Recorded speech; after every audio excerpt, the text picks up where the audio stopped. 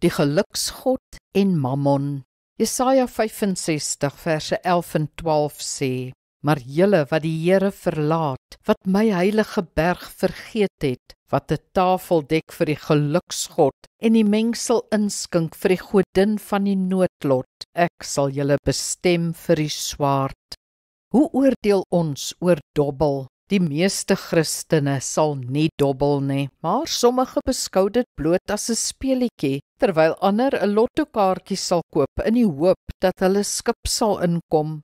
In die Bybel het die heidene afgode aanbid wat die geluk en noodlot sou beheer, waarteen hierdie verse waarsku. Weereens gaan dit oor die konteks en die graad. Die gebruik van waarskynlikheid in speelietjies is op sigself nie sonde nie, maar om jou vertroue daarop te baseer, of jou toekoms of jou gesin se geld daarop te wet, is wel. Sien dit so, statisties sal die dobbelaar altyd geld verloor, want dis hoe die bedryf sy wins maak. Hoe meer hy dobbel, hoe meer sal hy verloor.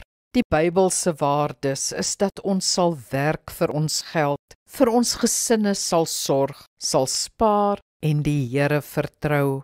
Gee eerder jou 10de.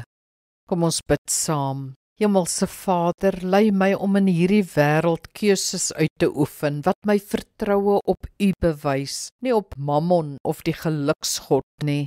Ek wil leef soos 'n kind van God, ook in my finansies, uitgawes en 10de. Amen. Die Here seën jou.